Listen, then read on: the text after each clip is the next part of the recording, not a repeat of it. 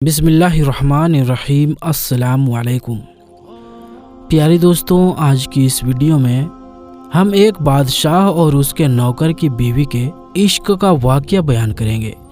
پوری کہانی ضرور سنیے گا۔ ایک بادشاہ محل کی چھت پر ٹہلنے چلا گیا۔ ٹہلتے ٹہلتے اس کی نظر محل کے نزدیک گھر کی چھت پر پڑی، جس پر ایک بہت ہی خوبصورت عورت کپڑے سکھا رہی تھی۔ بادشاہ نے اپنی ایک باندی کو بلا کر پوچھا، کس کی بیوی ہے یہ؟ باندی نے کہا، بادشاہ سلامت، یہ آپ کے غلام فیروز کی بیوی ہے۔ بادشاہ پر اس عورت کا حسن و جمال کا نشہ چھا چکا تھا۔ اس نے فیروز کو بلایا۔ فیروز حاضر ہوا تو بادشاہ نے کہا، فیروز، ہمارا ایک کام ہے، ہمارا یہ خط فلاں ملک کے بادشاہ کو دے آؤ اور ان کا جواب بھی ان سے لے آنا۔ فیروز اس خط کو اپنے تکیے کے نیچے رکھا، سفر کا سامان تیار کیا، رات کو گھر میں ٹھہرا اور صبح منزل مقصود پر روانہ ہو گیا۔ اس بات سے بے خبر تھا کہ بادشاہ نے اس کے ساتھ کیا چال چلی ہے۔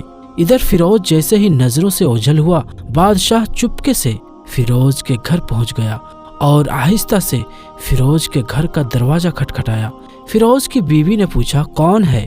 بادشاہ نے کہا، میں بادشاہ ہوں، تمہارے شوہر کا مالک ہوں۔ عورت نے دروازہ کھولا۔ بادشاہ اندر آ کر بیٹھ گیا۔ فیروز کی بیوی نے حیران ہو کر کہا، آج بادشاہ سلامت یہاں ہمارے غریب خانے میں؟ بادشاہ نے کہا، یہاں مہمان بن کر آیا ہوں۔ فیروز کی بیوی نے بادشاہ کا مطلب سمجھ کر کہا، میں اللہ کی پناہ چاہتی ہوں آپ کے اس طرح آنے سے، جس میں مجھے کوئی بھلائی نظر نہیں آئی۔ بادشاہ نے غصے میں آ کر کہا، اے لڑکی، کیا کہہ رہی ہو تم؟ شاید تم مجھے نہیں پہچانتی، میں بادشاہ ہوں، تمہارے شوہر کا مالک ہوں۔ فیروز کی بیوی نے کہا، بادشاہ سلامت، میں جانتی ہوں کہ آپ بادشاہ ہیں، لیکن بڑے بزرگ کہہ گئے ہیں، شیر کو اگرچہ جتنی بھی تیز بھوک لگی ہو، لیکن وہ مردار کھانا شروع نہیں کر دیتا۔ اور کہا، بادشاہ سلامت، تم اس کٹورے میں پانی پینے آ گئے ہو جس میں تمہارے کتے نے پانی پیا ہے۔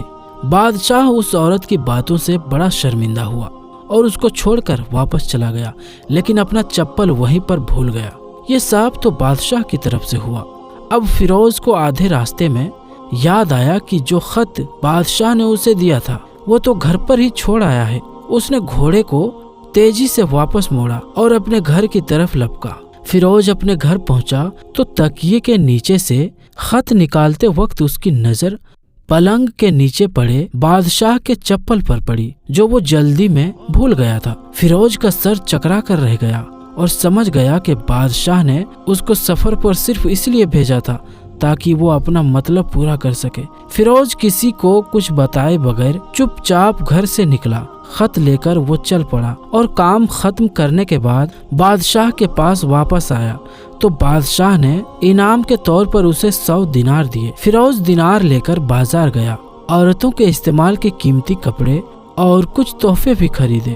گھر پہنچ کر بیوی کو سلام کیا اور کہا، چلو تمہارے مائکے چلتے ہیں۔ بیوی نے پوچھا، یہ کیا ہے؟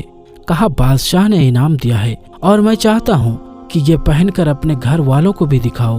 بیوی نے کہا، جیسا آپ چاہیں۔ بیوی تیار ہوئی اور اپنے والدین کے گھر اپنے شوہر کے ساتھ روانہ ہوئی۔ داماد اور بیٹی اور ان کے لائے گئے تحفوں کو دیکھ کر وہ لوگ بہت خوش ہوئے۔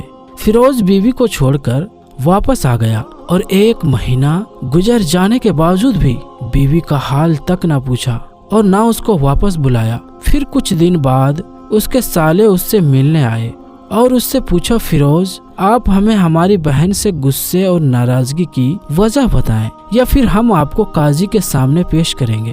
اس نے کہا، اگر تم چاہو تو کر لو، لیکن میرے ذمے اس کا کوئی حق ایسا باقی نہیں رہ گیا ہے جو میں نے ادا نہ کیا ہو۔ وہ لوگ اپنا کیس قاضی کے پاس لے گئے۔ قاضی نے فیروز کو بلایا۔ قاضی اس وقت بادشاہ کے پاس بیٹھا ہوا تھا۔ لڑکی کے بھائیوں نے کہا، اللہ بادشاہ سلامت اور قاضی کو قائم و دائم رکھے۔ قاضی صاحب، ہم نے ایک ہرا بھرا درخت پھلوں سے بھرے ہوئے اور ساتھ میں میٹھے پانی کا ایک کنواں اس شخص کے حوالے میں دیا تھا۔ اس شخص نے ہمارا باغ اجاڑ دیا، سارے پھل کھا لیے، درخت کاٹ لیے اور کنویں کو خراب کر کے بند کر دیا۔